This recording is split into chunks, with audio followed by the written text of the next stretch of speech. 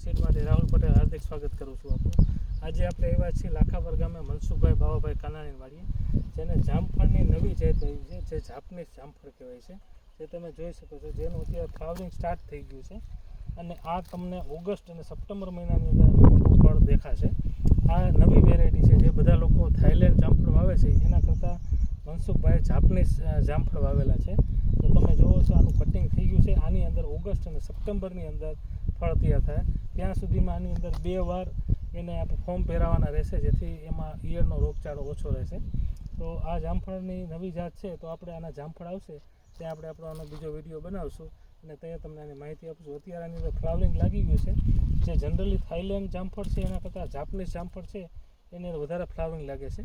તો મારા ખેડૂત મિત્રોને ભલામણ છે, જે લોકો બાગાયતી ખેતી કરતા હોય તો આ જાપનીઝ જામફળ વાવે, જેના વધુ વિડીયો તમને નેક્સ્ટ વિડીયોમાં તમને જોવા મળશે. આભાર.